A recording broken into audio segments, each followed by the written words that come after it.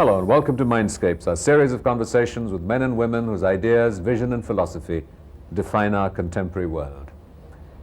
My guest today is the Registrar General and the Census Commissioner of India, Jayant Kumar Banthia. As we record this, we are getting the first results, the first processes of the most recent census. I'm delighted to welcome you to the program. Thank you very much. Why is the census so important? Well, census is important for several reasons. We can put it simply the constitutional requirement, legal requirements, but much more than that, I think census and democracy go together. That's the way I look at it. In what ways do you equate census with democracy? Well, we have to have elected representatives having chosen the democratic political system. How do we decide how many political representatives we should have at the national level, at the state level, at the village panchayat level, the town level? Obviously, it's a number game to some extent. So that's how census and democracy have to go together in that sense. How accurate is the census? Well, Is there a margin of error? Sure, absolutely. For such a huge exercise, there has to be a margin of error. And for surveys, statistical surveys, etc., obviously you have to have some confidence levels as well. What we do is, following the census, we carry out what we call a post-enumeration survey to find out what is the confidence with which all these numbers can be treated, all this data can be treated. Post-enumeration survey is what, like a random sampling? That's right, it's a random sampling. Across the country, we select something like 3,000 enumeration blocks to find out what could be the margin of error. And I'm happy to say that since independence, all the censuses have conducted the PES or the post-enumeration survey. The margin of error has been in the range of 1.8% to 1.7%. That means for a billion people, which a little over a billion people which we counted this time, we might have missed, if we have the same margin of error as in the earlier census, anywhere between 1.7 to 1.8 crore people. Well, before we move on, I suppose sort of ask you the obligatory question, and that is, what are some of the principal conclusions and insights that we get from the census? You mean the census results? Yes, the census results. What are some of the key issues? Yeah, the 2001 census result has given us a lot of numbers to think about. If you look at the globe as a whole, at the world level, how important is India to the world? A billion people out of a little over 6 billion people. I think the world is happy in a way and sad in a way. Happy, I would say, because the growth rate has come down. So the burden on the earth as a whole, because of the people of India, is to that extent reducing. But the sheer number, over a billion people, is frightening. So what's really happened is the census has told us what the population is, that we've exceeded over 1 billion, and it's growing every day, so you don't really lock in a figure on any specific time, but we have a figure. What is the figure? Well, it's 102 crores, as we say, or 1.02 million, and that is a round number. I mean, it's closer to 103 crores. I mean, let me put it this way. And what you're really referring to is that the rate of population growth has somewhat declined during the last decade. Yeah, that's and right. in that sense, there are fewer people than might otherwise have been. Yeah, that's and right. I think some of the other significant pointers are the male-female the sex ratio. As the sex ratio, again, there is good news and bad news, as we have been saying. The good news is the overall sex ratio, that is the number of women per 1,000 men, that is the way we do in India, has increased by 6 points. Now it is 933. As per the 1991 census, it was 927. That's the good news. The bad news was that it has declined sharply from 945 to 927 for the younger population, that is 0 to 6 population. Children who were born in the last 6 years or last 7 years. for every 1,000 boys, we had only 927 women. In your other hat as Registrar General, is this because there is higher infant mortality amongst girls? Is this because of in vitro testing, of identifying the sex of the child? What are some of the factors that cause this? Well, as you rightly said, yes, I mean, differential mortality could be one of the principal reasons. Surprisingly, and the female mortality rates have come down. So that is not a good explanation, except one reason could be the maternal mortality rate. The risk of women dying during childbirth is still high in India, but it has come down dramatically over the years. Now, if that is not a true explanation of the low sex ratio, what you just said is in vitro sex selective abortion could be one of the reasons. It's too early to say right now, but definitely the trends are pointing towards that. So when you say it's too early, is the census going into data such as this? Well, we'll not go into direct data as such, but when we pick up the age distribution, we'll be able to say much more on this with a little more confidence also. Number two, it would be possible for us to find out the difference on the age distribution of the population between 91 and 2001. There could be an error of undercount of women in either of the censuses, which could explain the difference in the women as such. That is one plausible reason which could say that the Indian sex ratio is improved if there was an undercount in the earlier census. A little too early to say at this point of time. What about literacy? You've been able to suggest that for the first time the actual real number of illiterates in India has decreased. For the first That's time. a very significant. It's a very significant development for the country. And as you rightly said, every time what was happening is the literacy rates were going up, but the number of illiterates were also going up. I mean, that has been the story right through the 20th century. Even after independence, the number of illiterates had been going up. For the first time, we see a reversal in this trend. The literacy rates have gone up, but the number of illiterates has gone down. That's a very positive sign, and that has largely been brought about because of the tremendous improvement in the female literacy rates.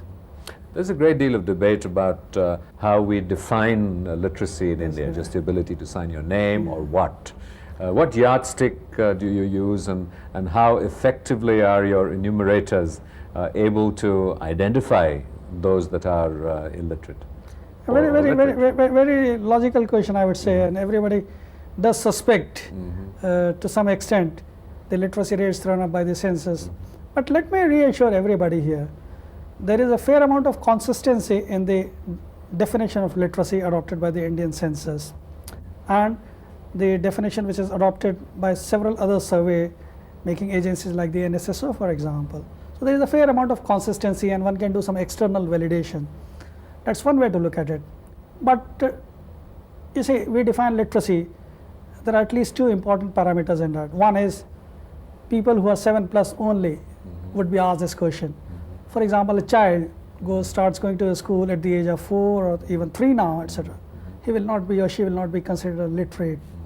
So a child going to primary or kindergarten, for example, Montessori, etc., he or she will not be treated as a literate till he or she attains the age of 7 and is in a position to read and write with understanding. That we presume that a child at the age of 7 and above is able to do with fair amount of ability. Now, to further clarify this doubt about the definition of literacy, in most of the cases, people have been to school, they've achieved some level of education. A person who is 8th pass or 7th or 8th standard, 9th standard high school, generally will not doubt a literacy level attained by them. However, people assume that elderly lot who might not have had a formal education system, what about them? Well, number one, their number is pretty small, I would say. Number two, in the good old times, even informal education system was pretty strong. The ability to read and write with understanding, knowing the 3 R's is pretty good. on the whole, I think the literacy data which is thrown up by census is pretty robust, pretty robust. I meant that in the sense that the enumerator goes into a household, and how does he judge? You know, you can look at the male, you can Yeah. female, and that aspect of counting, and you ask a person his caste or his religion or what have you. In my own experience, a person comes and says, well, you have 6 people in the house, you have you know, 3 people who help you in the house. Are they literate? And I say yes or no, and that's accepted. There is a tendency for people to want to acknowledge that they are more literate perhaps than they are. So I just wondered if there was a baseline that was used when you actually went into the spot. Did someone assess it? Was it just done through word of mouth? How was this done? The principles of canvassing questions in census are such that we canvass only such questions for which we have a fair amount of confidence that people are not likely to conceal the real truth. If people are not going to come out with an answer which is going to be somewhere near the truth, there's no point canvassing a question. And before we conduct the census, we carry out what we call a pilot test, pre-testing of all the questions to find out whether there would be a tendency on the part of the respondents to not come out with an honest answer. For example, a question on income, irrespective to whom you ask, it's very, very difficult to get an honest answer for several reasons, known and unknown reasons. Now in literacy, you have got a series of questions. It's not a single question which is there. You ask a question whether there's a person is literate or illiterate, whether a person is currently going to school. Obviously this question is relevant for all persons up to age say 20 or 25, if they are going to school or college or degree colleges or universities, etc. Normally you won't ask this question to a person who is aged more than 25 or 30, for example, although there would be people attending the evening classes and so on and so forth, but it's a very, very minor percentage of people basically. So normally by looking at the age of the person, you know he's likely to go to school or not, etc. The person says he's going to school, he's going to college, etc. You don't ask a further question. There is a third question which is involved here, which is the highest educational level attained. So you ask 3 questions in series, and by that you always come to know what exactly is the amount of confidence with which the enumerator can record a person literate or illiterate. However, our instructions are pretty clear. In case of a doubt, the enumerator asks the person, well, can you read some simple sentences from the instruction manual which is given, or can you write a couple of sentences for communicating in a letter, for example. Rarely these tests are applied, but well, there are enumerators who would apply in case of a doubt.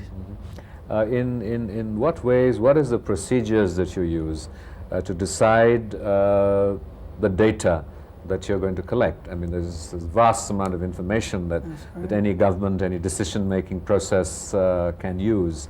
What is the process within the Census Commission that decides that, well, these are the aspects or issues that we need to identify? There are at least 2 considerations before us. One is the continuity with the past, because if you have to really find out the rates or trends, for example, you cannot introduce a new question. Any new question obviously cannot be easily compared with the past. So there is a continuity with the past, number 1. Number 2, there is an international comparison which is required. Now UN mandates certain questions which must be canvassed by every census organization. Such as? For example, the name, the age, the sex, educational levels, occupation. In case we would like to know migration characteristics, marital conditions, age at marriage. These are some of the questions which are universally canvassed across the censuses for comparisons across the countries. International comparisons are important. The problem arises in some of the questions when different definitions are used. For example, economic criteria. What constitutes work, economic activity, could be different for different societies, or for the same country at different points of time. So there is a fair amount of flexibility allowed for some of the questions for international comparisons, although by and large most of the countries across the world are trying to use similar definitions. Now for example, you raised this question on literacy. India till 1981 census used to adopt definition of literacy for children aged 5 and above. on international comparisons, we found that age 5 is a little too low, so it was raised to age 7 in 91. We have maintained with that in 2001 census. In addition to that, before the census begins, about 2.5 years, we have a series of rounds of the data users where all the ministries come, the state governments come, the academicians come, the demographer come, the social scientists come, people from the industries come, etc. They say, well, this is what we would like to have a question to be included in census. Now, I can tell you that about 200 such requests had come. That means 200 questions were requested to be canvassed in census. We simply cannot do it. So what were some of the ones you rejected? Well, some of the ones, for example, one question repeatedly which was asked is on income. We simply said it's not possible to do it. Another question which we finally did not canvass was on the food habits of the people. I mean, the amount of people who are having meat or poultry or fish in their meals, etc. Vegetarian, non-vegetarian was another question which people wanted. Several other questions were asked of us. I mean, or anything, virtually anything under the sun. People would like to know how many priests are there in the country, for example. So that's sort of, when you talk about priests, for example, there are many aspects of the census which are, shall we say, politically sensitive, can be politically exploited. You know, sort of, I read in your preliminary report a fine print that says that in calculating the population density, the areas under occupation by Kashmir and in Kashmir and in China were excluded. There are a whole range of sort of such judgment calls that you inevitably have to make. How politically sensitive are these? Well, I must say that by and large, census questions have been totally diverse of political activity, I must say. Although to some extent, for example, a question on language, for example, and a question on religion, for example, well, they do have political undertones. But what I see and my experience is that people raise the issues just a couple of days before the census and forget about it. Forget about it simply. So to me, personally, it appears that people are not serious about such motives which arise at the time of census. They tend to forget immediately after the census is over. And much of the usefulness of the data of the census depends on its credibility and its reliability. And while I think you have brought substantial integrity to the reputation of the system, it is dependent largely on individual enumerators and their integrity and the massive numbers that you mobilize for this exercise. And what mechanisms, what assurances do we have that the enumerators, in fact, went out and do their work? Or is that included in the larger margin of error? There is a human element there. There's a human, I totally agree. I mean, for such a huge exercise, there's bound to be some problems in the integrity of the data. I mentioned to you the undercount, the net undercount, which was around 1.7%, 1.8% as per the earlier censuses. Along with the undercount, we also try to find out the quality of the data. One is the numbers involved, etc. One is the quality of the data, age reporting, for example, educational levels, for example, literacy levels, for example, etc. So the integrity of the data is tested during the PES also to say, yes, the data on economic activity has this level of confidence, for example. Now, to make sure that the enumerator does his job as sincerely, as honestly as possible, there are several steps which are taken. One is obviously a very, very intensive training which is done actually. He is tuned to all the nuisances of the census concepts as such, etc., so that he does not impose his own definitions, number one, to begin with, so that when data collection process is on, he does not interpret the data or the questions the way he feels like. You had how many enumerators? 2 million? 2 million enumerators. So that's a lot of enumerators to train. That's right. So 3 rounds of training, 3 times they were trained. Now, in addition to that, what we did this time particularly was, we had blue forms, the practice forms. Everybody in the country, right from myself to the directors of census to every enumerator, they were asked to fill in these 5 practice forms.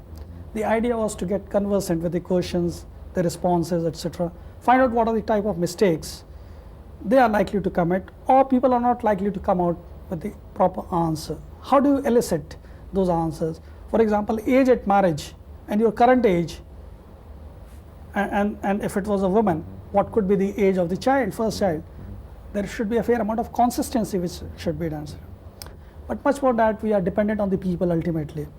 As I mentioned to you, we only convey such questions where we are likely to get as honest an answer as possible. So you have 2 million people going out to sort of count more than 1,000 million people, a massive exercise where you're really trying to sort of, in a sense, count the last man. Why not just a random sampling, like, you know, you have opinion polls which may use, you know, a few thousand, maybe you sample 100 billion of the population and do it thoroughly. What is the point of going into such details where you're seeking at least to count every person individually in some ways?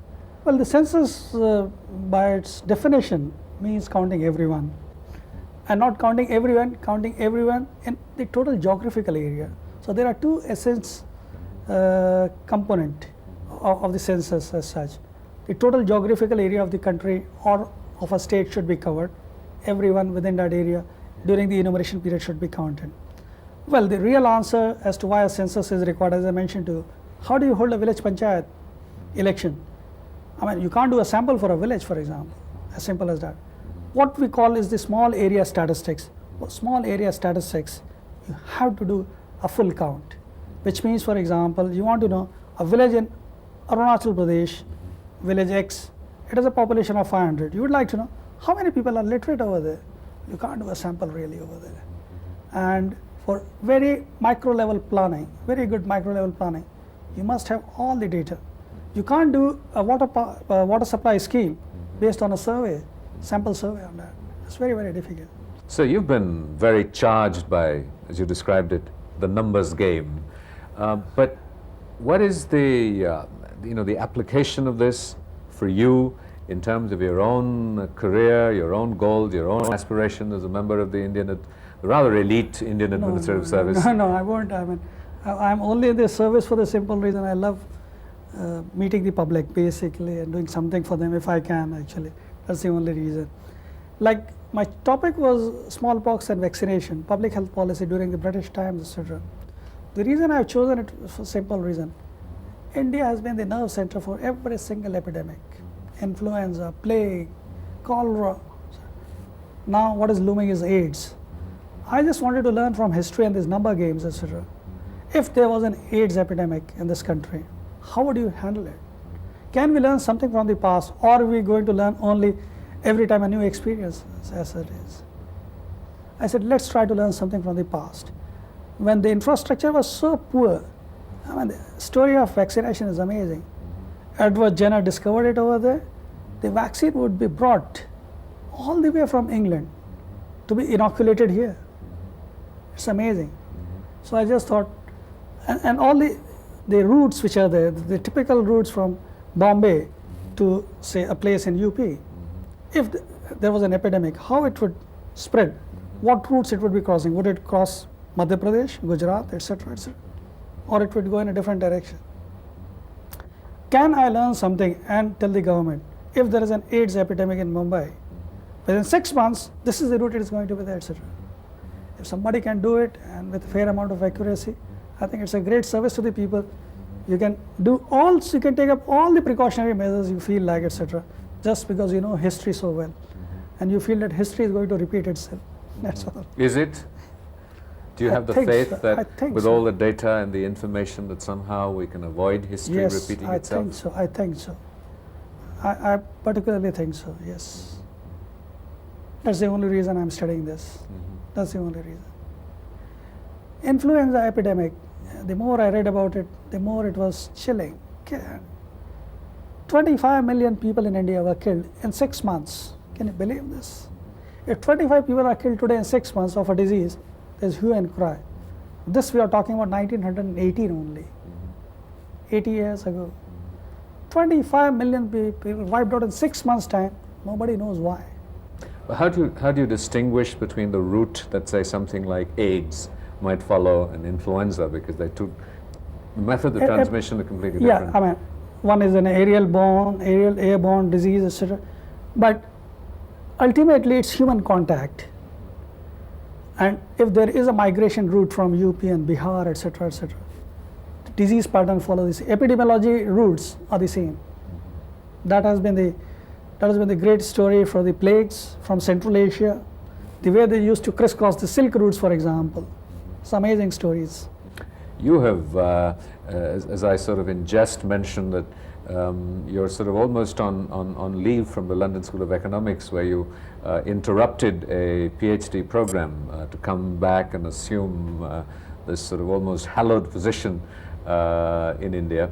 What has been your interest in looking at numbers? You're an officer of the Indian Administrative Service with a wide range of experience and many positions and portfolios. What gives you a charge in this job? Well, 1981, as a sub-divisional officer, as a sub-district officer, I was really pulled into the census. I mean, that was the time I really saw the training aspects of the enumerators, etc. How does the nitty-gritty details at the ground level work, etc. I thought it was a damn good exercise, because it allowed me to really know what does a village look like really, etc. We used to go to the village and we used to look at the land records and all that. Whenever I used to look at the village from a number point of view, etc., slowly I graduated into the development administration. Numbers were very, very important. I was looking into the literacy aspect, I was looking into the primary health aspect, water supply schemes, etc. Everywhere the numbers were so important, etc. Slowly, besides the number, the characteristics of the people became so important for us. What sort of people we were serving really?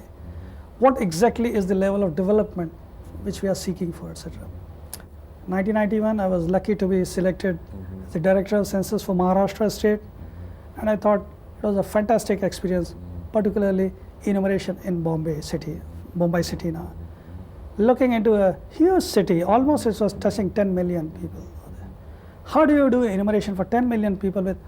It's a real cosmopolitan city with all the languages spoken in the country being conversed over there.